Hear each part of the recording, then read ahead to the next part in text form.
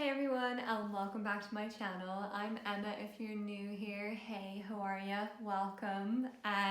So in today's video, I'm going to be talking about my top tips for becoming a runner when you hate running. I know that majority of you guys watching this video are looking for tips on how to start the running journey. If you're anything like me, I had absolutely no stamina for running at all. I couldn't probably run for more than like a whole duration of a song. Like I was that bad at running. And every time I would try and run, I'd be like, oh, I just don't like it. I'm not good enough. My brain rattles in my head. That was an excuse that I was saying. Like, to be fair, it did feel like it was bouncing up and down, but like, yeah. Anyway, that was one of my excuses as to why I would never be a runner. But one of my goals in 2020 was to build up my stamina, to, be more fit and to get more into a good cardio state, I suppose. I don't know how to put it other than that, but I wanted to up my cardio skills, and I thought running would be a good way to do that because I don't particularly like mad cardio exercises and stuff like that, so I thought running would be a good way to do that. So that led me on my running journey, and now we are 10 months into the year. This whole year has been just a blur, really. But yeah, it's October, so we're 10 months into the year, so I'm 10 months into my running journey, and I have to say I love running. I never thought I would say that, but I really do. I really enjoy running. I love getting up in the morning and going for my run. I love the feeling it gives me afterwards. I'm a huge fan now. I'm converted. So I am going to share my top tips with you guys in the hopes that it will help some of you on your running journeys. So I think I have about 9 tips. So let's get straight into them. My number one tip for starting running is plan your route. So pre-plan your route before you even set off to start your very first run. Know where you're running. Because if you just go out your door and start running, you're not going to you're either going to cut it short, you're going to not know where you're going, you're gonna go all over the place. It's just better to have like a pre-planned route in mind so that when you're out the door and you're running, you're concentrating on your running and your breathing, rather than being like, okay, will I go here, will I go there, where's the best way to run. So I would recommend pre-planning a route. Maybe it's your regular walking route that you do or a park nearby, but make sure to take a loop around the route that you planned so that you can know where you're going. Just walk it before you decide to go on your first run. So that is my number one tip. Start small and set goals. So what I mean by this is not like saying that you want to run 5k in 6 weeks. If that is your goal, then great, go for it, like more power to you. But if running is quite daunting to you, which it was definitely daunting to me, I never thought like I'd get to the 5k mark. I did, and you will too. But what helped me in the beginning was setting really small goals. So when I went out on my route, I was like, okay, I want to be able to run to the traffic lights, which was on my route, without stopping. And once I made it to the traffic lights, I was like, okay, now I want to make it to the park entrance without stopping, because there was a long kind of road before I got to my park, which I ran around on my journey. So I was like, okay, I'm gonna make it to the park entrance without stopping. And then when I made it that far, I was like, okay, now I'm going to be able to run like halfway around the loop of the park without stopping, and so on and so forth until I could complete the entire loop without stopping. So that was kind of how I set my goals. And my first loop when I was running it was, I think, 2.5 kilometers. So it wasn't a long run, but I wasn't, out to run long runs or hit the 5k or the 10k, whatever it may be. My goal was simply to get out and get running. So I set small goals. I had, my pre-planned route that wasn't like that long. It gave me the confidence to continue and to push through and get there. So I would definitely recommend like just setting really small goals, and you feel better when you accomplish them. So yeah, that's my second tip, is to set small goals. My third tip then is to keep moving. So when you start running and you feel like you need to stop, you're getting a stitch or you're short of breath or your legs feel like they're moving through concrete. These are all normal feelings, by the way, when you start running.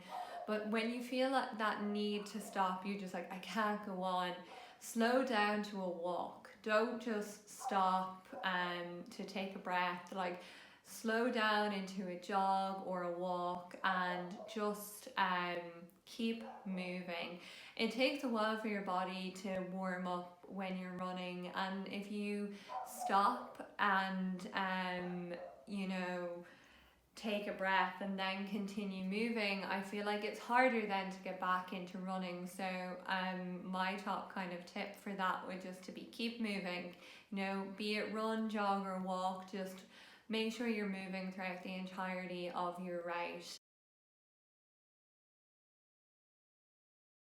My fourth tip then would be to show up for yourself. This is really important, I feel, because when you're starting running, it can be a bit disheartening because you're not the best when you start out. You are slow, you're, getting a stitch, you're short on breath, you're not going as far as you want to, but you've got to keep pushing. You just need to get up and show up for yourself and do your runs, and you'll see over time you'll get better. So it's definitely to have patience and to go easy on yourself. At the moment, one of the popular slogans in my company is "It's a marathon, not a sprint," which is quite apt for this video. But yeah, so just take it easy on yourself and show up for yourself. When you start out running, I would recommend to at least run 3 times a week. If you could do more, that would be great. I ran every second day on the start of my journey because it wasn't essentially running the entire route. It was like running / walking bits of it. I was kind of not as tired out, so I could do it every second day, and I would definitely recommend at least trying to show up for yourself 3 times a week on your running journey. I think it will help you build stamina and your cardio levels much quicker than if you were only, say, doing it once a week. So definitely show up for yourself at least 3 times a week is a definite tip from me. Tip 5 then is to track your runs. This is a great way to track your progress and where you're coming from, and like how far you've come from your very first run to your 5th run or your 10th run, or you've been running for a month. I love tracking my runs. I use the Nike running app. There's plenty on the App Store. Just search running and so many will come up. You can also use, if you have a Fitbit or an Apple Watch, I believe, they all track it. I used to track it on my Fitbit, but I actually prefer the Nike running app. I don't know why. But yeah, I really enjoy tracking my runs. It's a great way to see your progress, to look back and be like, oh, look how far I've come. Even if you're like coming off a run and you're just like, that wasn't that great, I could have done better, forget about it. You got out, you showed up for yourself, you went for your run, and it doesn't matter if it wasn't the best run that you've done. And you can just scroll back through your app and be like, oh, like I have come really far, like I've gotten quicker, I've run further, you know. I think it's just a great motivator, and it's also nice to be able to track your runs, because it shows your time, where you went, the distance, all that kind of stuff. So I would definitely recommend downloading a tracking app to track your progress and to track your runs. My sixth tip, I think, is to test whether you're a podcast runner or a music runner. Now, I know that if you listen to music, you will run faster. I've tested it, my partner has tested it, I feel like a few of my friends have tested it, that you will run quicker if you listen to music. But if you're only just wanting to get out for a run and, like, you know, speed or how long it takes you doesn't bother you, then you should test it out, whether you like listening to podcasts or whether you like listening to music. I used to be a music listener. When I first started, I found it very difficult to concentrate on what was going on in the podcast. So if it was podcasts that I really enjoyed, I felt it hard to concentrate on it, and I would like miss things, so I would have to go back and listen. So I stuck with music for the first couple of months actually, and the best thing to do is to create a killer playlist. I know that's so obvious, like, but if you have a killer playlist that you're just like really excited to listen to and that gets you going, then yeah, it's worth it. It kind of makes you zone out. So yeah, I would really recommend it. I know Spotify has some playlists, like they have a load of playlists for running, and it goes with the tempo of the run, and then they kind of like blend into each other. I kind of hate that. I also have really weird music taste, so I prefer to make my own, and I feel like everyone is like quite personal with that. So making your own playlist and having your own music and like all the songs on there you like that you won't want to be skipping is definitely a top tip, and I know, very obvious. But also with podcasts, I've switched now and I listen to podcasts in the morning, and I love nothing more than getting up, putting on my headphones, listening to a great like motivational podcast, sucker for wellness and positivity in the morning. All the time, it doesn't have to be in the morning. They're my favorite type of podcasts. But I love listening to a really good podcast in the morning on my run. It really helps me like switch into like a different thought process, and I'm just like running, listening to like really inspiring people talk. The sun is rising, it's nice and warm, it's amazing. I live in Spain, by the way, just in case you're wondering, because it is October, where the hell I am, where I'm like, it's nice and warm, it's lovely in the mornings. So yeah, it's great, and I really enjoy podcasts. So it really is down to what you prefer. You can have a play around with it. And if you think, oh, I'm definitely a music listener, try a podcast one morning. And you never know, because I was kind of like, no, I listen to music, that's it. And then one morning I was like, I found a podcast that I really liked. I was like, oh, I really want to listen to this. And then I haven't switched back. So yeah, that's a tip for you. Find out whether you're a music or a podcast runner.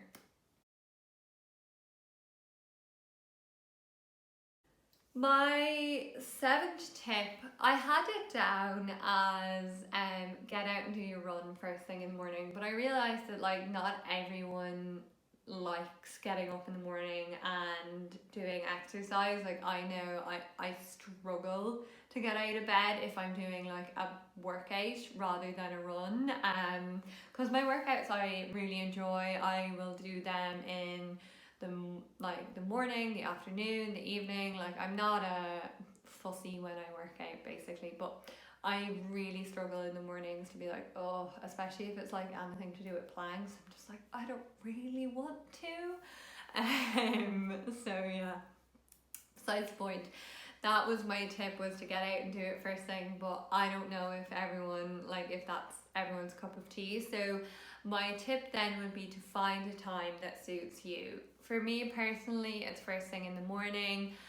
Especially when it's starting out, I really like the thought of running just didn't appeal to me. So I had to get up and do it straight away. Like I just had to get out and do it. I was not really up for leaving it until like my lunch break or after work or anything like that. I was just like, no, I have to do it now, and that's that.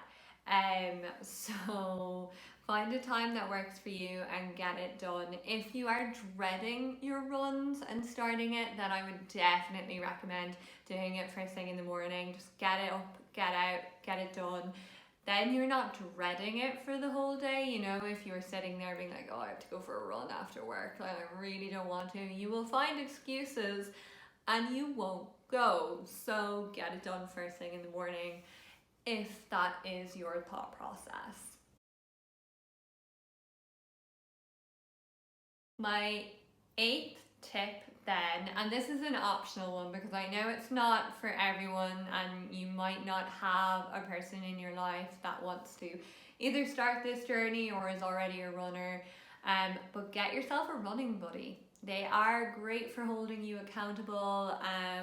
When I first started, I was running in the afternoon and I was running by myself, and I found that I was only doing it like once a week, and that is why my earlier tip was show up for yourself at least 3 times a week, because for the first few weeks that I was doing it, I was only doing it once a week because that was the only, I could only bring myself to do it that many times, especially in the afternoon, because I was like dreading it, and I was like, you just have to get out and get it done, that's my thing. But then COVID happened, and my partner was stuck at home with me. So we would go out and go running together, which was great. I mean, I was way slower and was pretty much behind him, but he would do like 2 laps of the park. So when I was like running back to the house, he'd be running behind me and like, you know, slow down behind me and be like, come on, you can do it, keep going. And it's just like, oh God, no. But it really worked and it really helped, and it helped me keep myself accountable and like to get out and go for the run, especially first thing in the morning. So yeah, if you can, grab somebody to come with you and like have a running buddy. It's a great way to keep yourself accountable. Otherwise, I mean, there's all those apps like Couch to 5K and stuff like that, but I really wanted to take it at my own pace, and so I didn't really gel well with those apps. I tried, but yeah, it wasn't for me. So this was the best way for myself in order to go on this journey.